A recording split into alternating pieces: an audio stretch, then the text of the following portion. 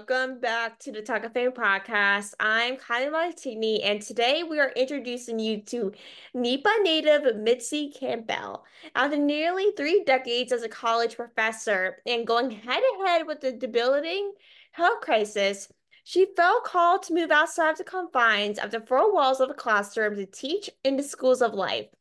She's a transformational teacher and a host of the Blessons Podcast, and she works with people to help them go after their desires, self-actualize, and extract powerful lessons and blessings from life experiences so they can identify blind spots, release false foundational beliefs, and learn the life lessons that felt unlearned and hold them back from living their true potential.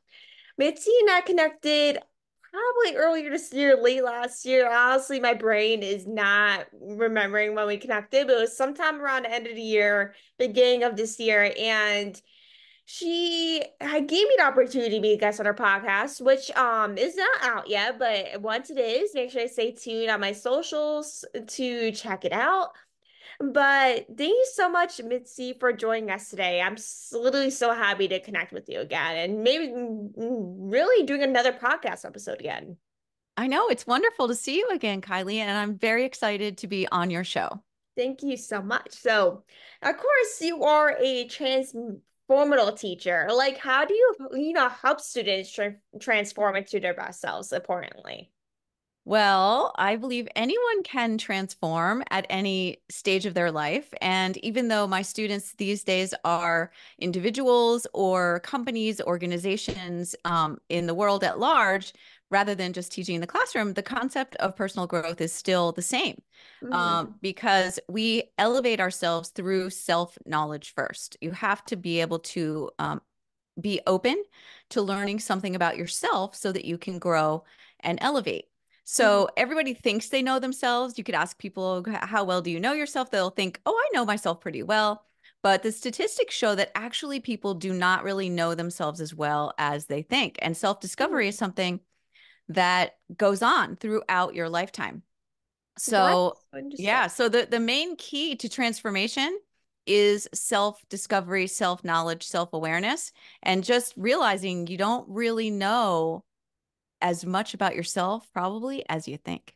Oh, that's so interesting. Because I know when I hear a lot of people say they know themselves very well, they're just like, I know myself pretty well. Just, acting confident in maybe in this sad moment, like, okay, who am I? Like, the question Exactly. that a lot of people ask themselves is, who am I? And some people may have, most of the time, have a question, like a hard time answering that question. And sometimes I do as well. Like, not everyone knows themselves perfectly as you may think. And sometimes your parents or your siblings might know you better than you know yourself as a human being. So true. Identity is a combination of what you think about yourself and what others think about you. That's Exactly. Like, kind of how kind of do mind-blowing. But as someone like as we're both from northeastern Pennsylvania, of course, northeastern Pennsylvania is a pretty large region, if you ask me. But have you, connect with individuals that are kind of dealing with that locally, especially here in northeastern Pennsylvania? Well, I connect a lot with people through social media, through networking groups, in the local area, primarily through networking groups and just getting to know people. I mean, you have to put yourself out there and connect with the people who might have problems to solve or ways that you can help them. I guess I go into every situation with the idea of how can I serve humanity in this situation, you know? And I tend to be the kind of person that no matter where I go, people sort of tell me things. So I just have an openness and I keep that openness in my heart and in my mind wherever I go. But yeah, networking and just getting yourself out there and both social media and in real life. I love that. Like, I think that's how we connected, actually. I Yeah, on believe LinkedIn. It was Yeah, LinkedIn. LinkedIn. I believe you reached out to me the one day on LinkedIn. I actually check LinkedIn a couple times a day, which is a bad habit of mine. I don't know why I check it multiple times a day, but I do. But I believe we connected on LinkedIn and we just sort of connected in a way. Of course, we both have podcasts, so that's something, a lot of people connect on.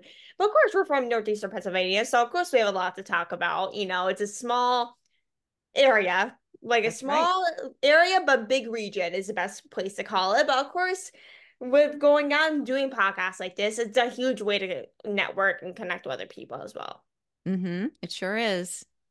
But, after having a strong support system, especially with having, a podcast or trying to develop personal growth and empowerment, like how does, a strong support system contribute to personal growth and empowerment? Because I know as a 17-year-old person, I know I sometimes rely on strong support system to actually help me grow. I'm sure other people as well, but how does it contribute to personal growth and empowerment?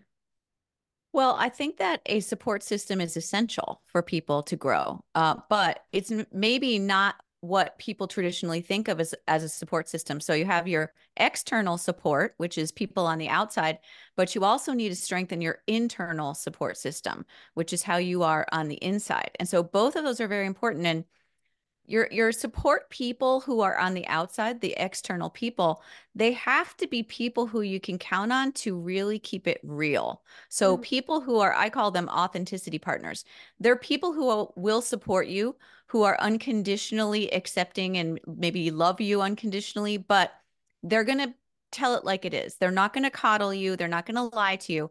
So when they're being supportive, they're there for you, but at the same time, if there's something you need to know in order to learn in a particular situation, they're the people who are going to let you know because that's the only way you can really grow. So support, yes, but not commiseration. And I think that's really essential to think about that. And also strengthening that inner guidance, inner support system. And that you do through confronting difficult situations with a sense of empowerment Mhm. or acting in spite of fear or going into places where you might have to go out of your comfort zone. And that's how you build the resilience when you're trying to strengthen your internal support system. So a Mm. good combination of internal and external is really the key. It really is a key. I know from personal experiences, I have, two brothers and a sister. So my parents, whenever I'm in one of those moods of personal growth, I'm just trying to figure out something. I mostly get snapped and to get told as it is rather than this cuddling or whatever it is. Because I'm the type of person that loves to be told what it is rather than being lied to and doing nothing about it. Because of Yeah, course, that's how you grow. Like that's how that's you how grow. you learn and grow as a person is that people might criticize you, but it's for the better. Even from your parents, friends, family members, whatever it is. Criticism is not always a bad thing.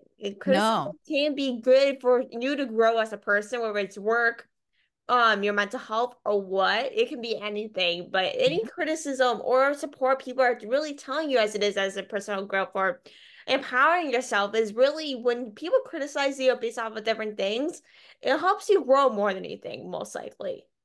Yeah, if you think of it as feedback, when it's coming from someone you love, when it's coming from someone who from a place of love, and this doesn't have to be someone you actually like are, love, like not a family member. It could be a person in the world, but people can connect to one another with a place of love in mind, even though you're not, saying you love that person. So that's what I mean when I say that.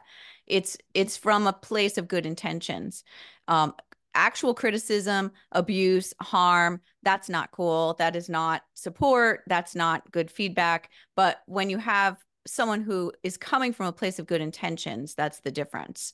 And so, the idea of having people in your life who can support you in that way is the only way you're going to grow. If you're playing, say, baseball and your coach is giving you feedback on your swing, you don't want your coach to just say, "Great job, too bad you missed and got struck out on that one, but you did a good job anyway." You want to hear the coach tell you exactly why you struck out. How do I need to hold the bat differently? Do I need to swing it differently? What did I do? So it's always about the self. It's Mhm. really that whenever something's bothering you and you need support, there's something you're supposed to be learning from that situation about yourself. And so we have a tendency to want to blame external circumstances when in reality, anytime you're struggling is a good opportunity to learn something about yourself. Exactly. I love that you brought that up. Because I know, like, I love that you brought this up before when you're talking. Is that, like, I found, like, from other people and myself as well, that people will most likely listen to their mentor or their family members or coaches in terms of criticism or kind of how to switch things rather than people that they barely know. Like, that's when I see someone coming over to me that I absolutely love as a friend or something. And they say, "Oh, you need to do this. You need to do that to make yourself better." I'm like, "All right, I'll pay attention to people that I trust more than people that I barely even know or even talk to. Even if they watch this episode, they're like, "Oh, say something." I'm like, I don't know what to say to that. So I found that when people tell you criticism that you it's terms of people that you love, it's really you've taken in more than most people will. Hmm. And it's also good to notice if someone is just randomly, giving you this feedback all the time, even if it's someone that you love, that's still, it has to come from a place where you're asking for it, where you're open to it. You don't want someone in your life who's constantly criticizing you. So there is a little bit of a boundary you can set if that's happening all the time. But there's nothing wrong with asking people, what do you think I should work on in this situation? Or how do you think I can show up better in this situation rather than just saying I need support? Ask for specific feedback. So there's nothing wrong with that. A lot of times in the personal development world, people will do an exercise where they text someone or call someone and say, all right, can you give me 3 things about me that you think I should improve? And that's a scary thing to do. Yeah, it is. It honestly takes so much courage to ask those questions, but it also is a very important question to ask if you're looking to improve yourself as a person. Maybe you're maybe self-conscious about yourself, or maybe you don't like the way you are. And when you ask those questions to people, saying, how can I change my self-confidence? How can I change the way I feel about myself? And when you ask those questions, you can get different feedback to actually making yourself feel good when you're out with friends or family. And the way you treat yourself is the way you treat other people is the way you should treat yourself. Yeah. And you want to make sure it's coming from a place of love. And, there's always a balance between self-acceptance and self-love and developing self-esteem and self-confidence and being open to feedback. So you have to find that balance. We're always talking about self-care and self-love, and this is very important. But if you want to grow and improve as a person, then you're going to change, and change is required. It's what transformation means is change. And so, you might be a caterpillar when you could be a butterfly. And maybe there's Mhm. someone in your life that can help you to make that change. Yeah, and I know change can be, so scary to a lot of people. Everyone is very scared in terms of change, whatever you're going through, but change can be a good thing, not a bad thing. Of course, change can be very difficult for some people. What maybe is losing a loved one, or you're changing, you're moving to a different state or town you don't know anyone. Change can be so good for you, no matter what. Of course, there's pros and cons to changes, but change can be amazing for you, even though it might not seem like that in the moment. That's true. That's true. And, some people want to change, some people don't want to change, but you're going to change anyway, whether you like it or not. So Right? you can try to direct that change in to a place where you're intentionally focusing on how you want to grow and improve, or you can let the world kind of have its way with you and get tossed around a little bit, and that's not going to feel as good. So Yeah, you can take exactly. control of your transformation.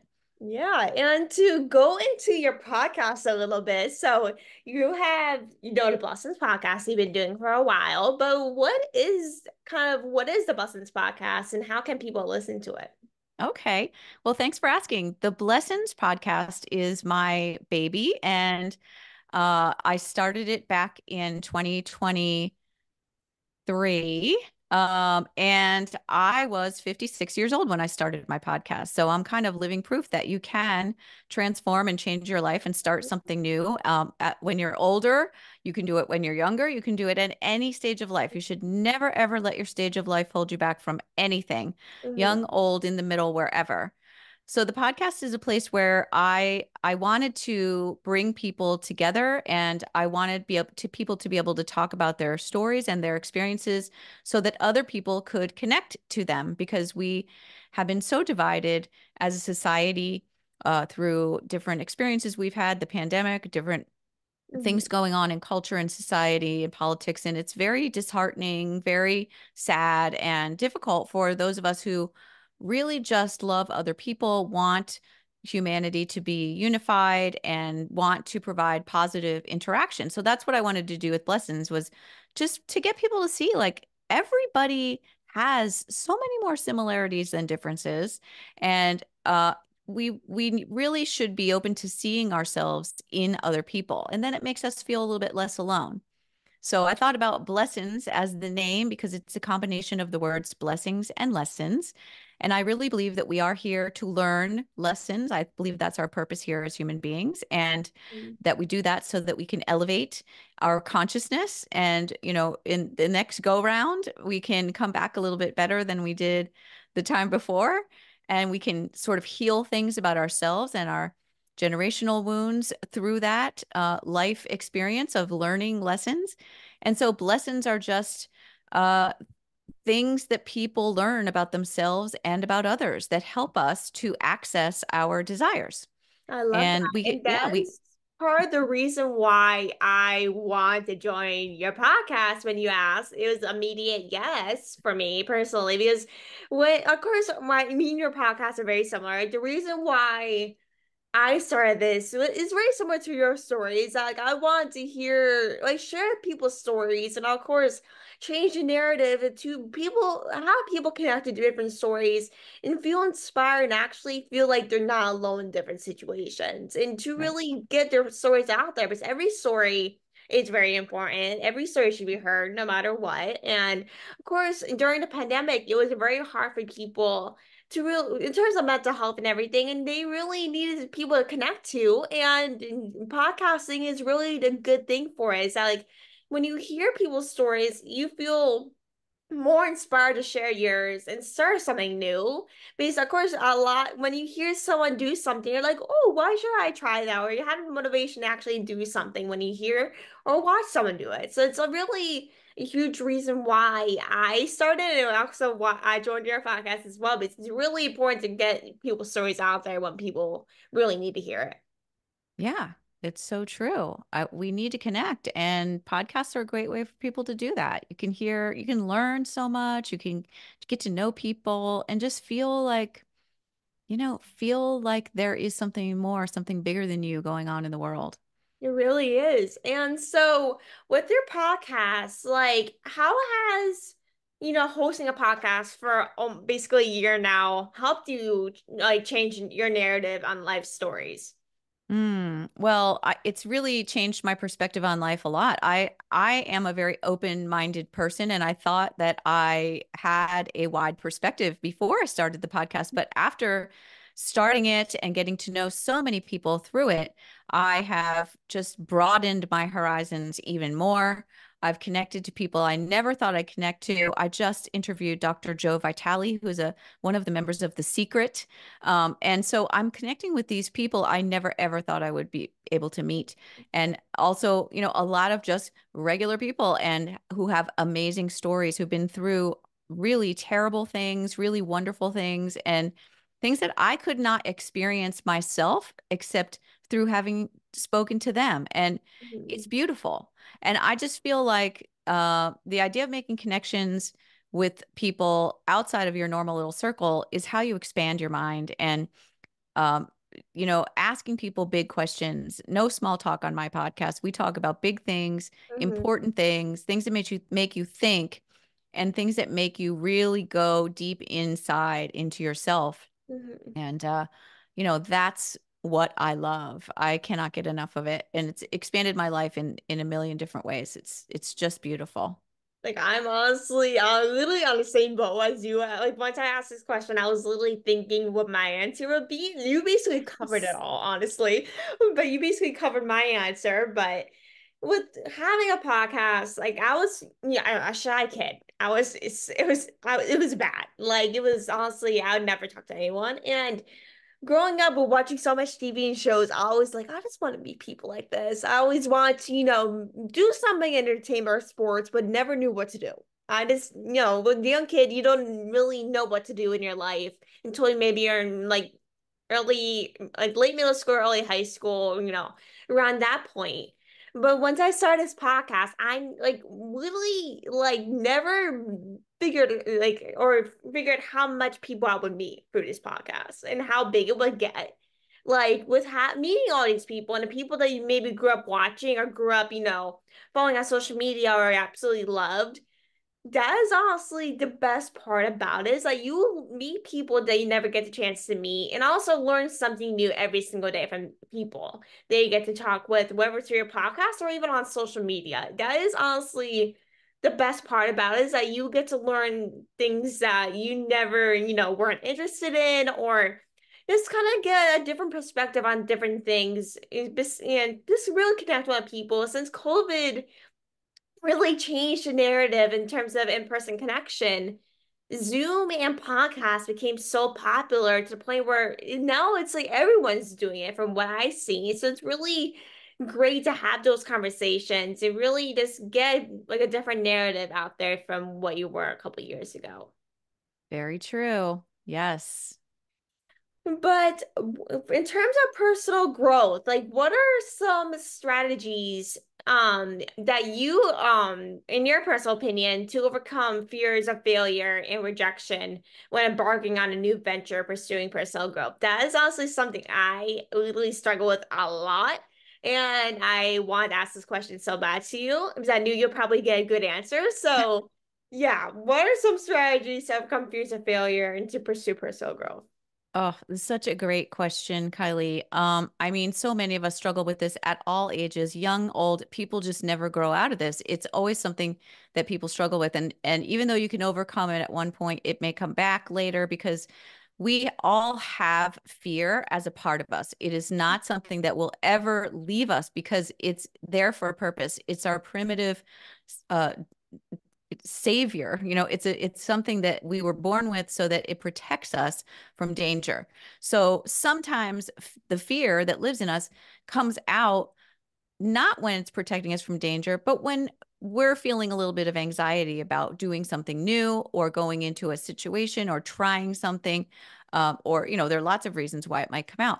But if you are fantasizing about having a different life, doing something new, trying to gather up courage to try something that's outside of your comfort zone, that fear may show its head. But really, that is something that you can ask yourself the question, is this fear coming up because it's trying to protect me from danger? Or Mhm. is it coming up because I'm needing to learn a lesson? And so it's always one of those two things. If you think the fear is there because you're in danger, then I'm not going to do this thing. I could possibly get hurt. I'm not going to do it. But if it's not realistic and you know that in your heart that the fear is just trying to get in your way, maybe it's a little bit of an obstacle, maybe it's a test, then you can push through it. And the only person who can answer that question is you. You Mhm. have to ask yourself, what's the fear trying to tell me? So fear of failure, fear of rejection. I mean, and the fear of failure is something that you have to realize failure is just a redirection to something different. How Mhm. many times did Thomas Edison make different versions of the light bulb before he found one that worked? Every single one of those times was not a failure. It was just trying something that didn't work to lead him to the thing that works. So that's what fail. I don't even like the word failure. I think of Mhm. opportunities for growth. Every time the word failure, the word mistake, I think those words should be replaced with opportunity for growth. And Mhm. so that's what I think of there. And then rejection, like there are two types of rejection, like the rejection of, say, you're trying out for something like a team and you're not going to make it. You're afraid you're not going to make it. That would be a type of rejection. But any rejection, or even like rejection from people, let's say you're trying to go into a social situation and you're feeling afraid, you're feeling anxious about going into a big party or something, or walking in alone to the lunchroom, or going to an event where you don't know anyone yet. That can also bring up the fear of rejection. But any rejection is only redirection. Rejection is protection. And it's just telling you that you are not going supposed to go in that direction. You're supposed to go in a different direction. That's what rejection is. So if you can just remember that. And another really good quick technique is when you're afraid of failure, to go back in your life and find times that were similar to what you're attempting to do in this moment, and remember that you survived it, that you got around it, that you got through it, that you were successful. So think about other examples, evidence in your life of times that you were successful at things. That is such a great tip because, of course, when people are maybe scared about maybe going to a social setting or maybe getting a job, but you're feared you're not going to get it. And so when you are in a situation to look back and see, like, even if I like did this interview years ago that's similar to this, did I get it and what did I learn from it? And because, of course, we're gonna face rejections our life. That's part of life, even if we like it or not. And I hate being told no. Like I hate the word no. I just hate it. And so whenever I get told no, I'm just like, okay, like what is no even a word? Like, can it be told differently? But of course, when you look back on situations in your life, you should be able to connect to this thing saying, is this a right fit for me? Am I going to like this thing that I'm going to? Or is it right for me? Is it right for me to go or should I stay home? It's because even if you feel like you have a feel like a fear of going to this thing, ask yourself like, is it your gut telling you it's like this now go something's gonna happen, or is this your fear getting to you at first? So it's Mhm. really like just taking a time and sitting down when you have a moment to think, is this time that I'm going to use worth my time that I could be doing something else? Exactly. Yeah. And sometimes you have to remember that it could be a test from the universe telling you, here's an opportunity to push through your comfort zone into your level of discomfort so that you can expand that zone of comfort eventually by exposing yourself to things that cause you to push through, to have grit, to have determination, and to develop those muscles because that's how you transform. For sure. And to wrap this up, like, how can people connect with you on socials or anything if they maybe want to book you for something or just want to learn more about you?